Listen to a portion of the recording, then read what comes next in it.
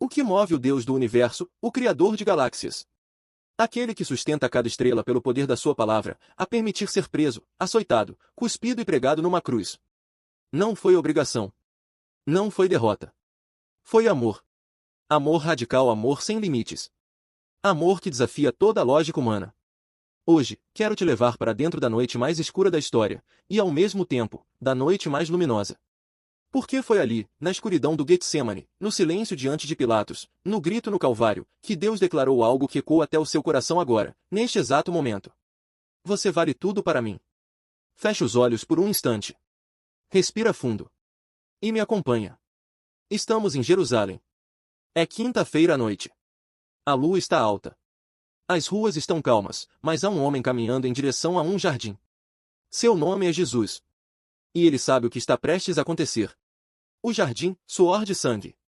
Ele entra no Getsemane. O mesmo lugar onde costumava orar com os discípulos. Mas hoje é diferente. Hoje, o peso não é apenas humano. Jesus se afasta deles uns 30 passos. E cai de joelhos. A Bíblia diz que ele começou a sentir tristeza e angústia. Em Lucas, lemos algo impressionante: seu suor tornou-se como gotas de sangue caindo no chão. Os médicos chamam isso de hematidrose, um fenômeno raríssimo que acontece sob estresse extremo. Os capilares se rompem. O sangue se mistura ao suor. Jesus está com medo. E isso é libertador para você e para mim. Porque o Filho de Deus não fingiu força. Ele suou sangue. Ele pediu: Pai, se queres, afasta de mim este cálice. Motivação número 1. Você pode sentir medo e ainda assim ser fiel. Mas então, acontece o milagre moral mais impressionante da história. Jesus se levanta. Limpa o rosto. E diz: Pai, não se faça a minha vontade, mas a tua. Ali, ele nos ensinou algo profundo: obediência não é ausência de medo. É escolher o propósito mesmo quando tudo dentro de você quer fugir. Quantas vezes você quis desistir? Quantas noites você suou suas próprias gotas de sangue, preocupações, dívidas, doenças, traições? Jesus esteve ali. Ele entende. E ele escolheu ficar.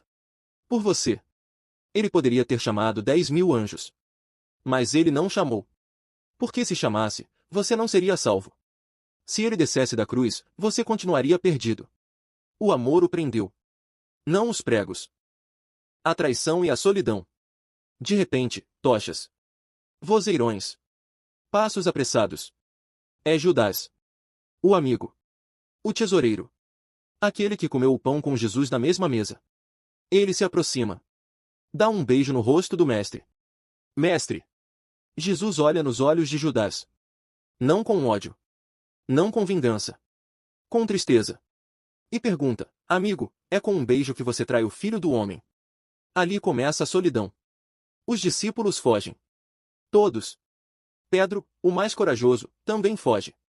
Mais tarde, Pedro será perguntado por uma simples criada: Você também estava com ele? E Pedro jura: Não conheço esse homem. Galos cantam. Pedro lembra das palavras de Jesus. E sai para fora, e chora amargamente. Aqui está uma das mensagens motivacionais mais bonitas de toda a paixão. O amor de Cristo não depende da sua fidelidade. Pedro falhou. Você falha. Eu falho. Mas quando Jesus olhou para Pedro no meio da negação, ele não viu um traidor. Ele viu um líder que ainda seria restaurado. Quantas vezes você já negou Jesus com o silêncio? Com a vergonha? Com a escolha mais cômoda? E mesmo assim, ele olha para você como olhou para Pedro. Com compaixão. Com um olhar que diz: Eu ainda acredito em você. Motivação poderosa: você não é o seu erro. Você é a razão pela qual Cristo não desistiu. O silêncio diante das acusações. Amanhece. Jesus é arrastado para diante de Pilatos. Os líderes religiosos gritam: Ele merece a morte. Pilatos interroga. Pergunta. Tenta encontrar alguma falha. Jesus está calado. Não defende sua honra. Não rebate as mentiras. Não convence Pilatos com discursos brilhantes. Silêncio. Isso é chocante. Porque nós, hoje, passamos a vida inteira tentando provar nosso valor. Queremos nos explicar. Queremos mostrar que estamos certos. Queremos ser compreendidos.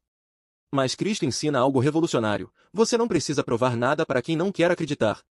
Sua identidade não depende do julgamento dos outros. Ela depende do que o Pai diz sobre você. E o pai disse: Este é o meu filho amado, em quem me agrado. Pilatos oferece ao povo uma escolha: libertar Barrabas, um assassino, um criminoso conhecido, ou Jesus. E a multidão grita: Barrabas! Crucifica Jesus! Pense nisso por um momento. Barrabas representa você e eu. O culpado. O que merecia a cruz. E Jesus, o inocente, toma o nosso lugar. Isso é o Evangelho. Isso é motivação pura: você foi trocado. Deus preferiu te libertar a te punir. A coroa de espinhos e as costas açoitadas. Os soldados romanos entram em cena. Homens brutos, acostumados com violência. Eles fazem uma coroa. Mas não de louros. Não de ouro. Espinhos. Longos. Afiados. Pressionam contra o crânio de Jesus. Sangue escorre pelo rosto. Roxo. Vermelho. Colocam um manto de púrpura, debochando: Salve, Rei dos Judeus. Cospem nele. Batem com uma vara na cabeça. Depois, o açoite. O flagrum romano, couro com pedaços de osso e metal. 39 chicotadas. As costas de Cristo se tornam um campo aberto de carne dilacerada. Mas ouça com atenção: isso não é um filme de terror. Isso é teologia viva. Cada ferida é um recibo de pagamento. Pelas suas mentiras, um açoite. Pelo seu orgulho, um espinho. Pela sua impureza, uma lágrima de sangue. Pela sua ansiedade, uma queda. Isaías profetizou: pelos seus ferimentos, vocês foram curados. Motivação: o seu sofrimento atual não está em vão. Cristo transformou o lugar de dor no lugar de salvação. Ele não prometeu que você não sofreria. Ele prometeu que sofreria com você e por você. O caminho do Calvário. Jesus carrega a cruz. A madeira pesa. As costas doem. Ele mal consegue respirar. A cada passo, sangue. A cada passo, queda. Primeira queda. Segunda queda. Os soldados olham. Cansam. Pegam um homem da multidão, Simão, o cirreu, que vinha do campo. E o forçam a carregar a cruz atrás de Jesus. Isso é lindo. E fácil de ignorar. Simão, o cirreu, é um tipo de ajuda inesperada. Quantas vezes você caiu no caminho? Quantas vezes pensou: não consigo mais? E Deus enviou alguém. Um amigo. Um desconhecido. Uma palavra. Uma oração. Um abraço. Motivação: você não carrega sua cruz sozinho. Cristo permite que você receba ajuda. E Ele também usa você para carregar a cruz de outros. Hoje, você pode ser o Simão de alguém. Chegam ao Calvário. Lugar da caveira. Lugar da morte. Crucificam Jesus. Os pregos atravessam pulsos e pés. O corpo se ergue. O sol escurece. E ali, pregado, sem nenhum conforto humano, Jesus diz: Pai, perdoa-lhes, porque não sabem o que fazem. Mesmo crucificado, ele perdoa. Ele não pede justiça. Pede misericórdia. Por você. Por mim. Por todos. Fechamento com propósito. E então? Ele inclina a cabeça. Está consumado. Não é um grito de derrota. É um brado de vitória. A dívida está paga. O inferno tremeu. O véu do templo se rasgou, de cima para baixo. Porque Deus abriu o caminho. Você já não está separado. Você já não está sozinho. Você já não está condenado. Cristo passou pela paixão para que você nunca precisasse passar pela condenação. Agora, te faço um convite. Não termine esse áudio e siga em frente como se nada tivesse acontecido. Pause. Respire fundo. E agradeça. Agradeça porque enquanto você dormia, Ele vigiava. Enquanto você pecava, Ele perdoava. Enquanto você duvidava, Ele morria. Porque Ele foi ferido, você pode ser curado. Porque Ele foi sozinho, você nunca mais estará só. Porque Ele se entregou, você foi resgatado.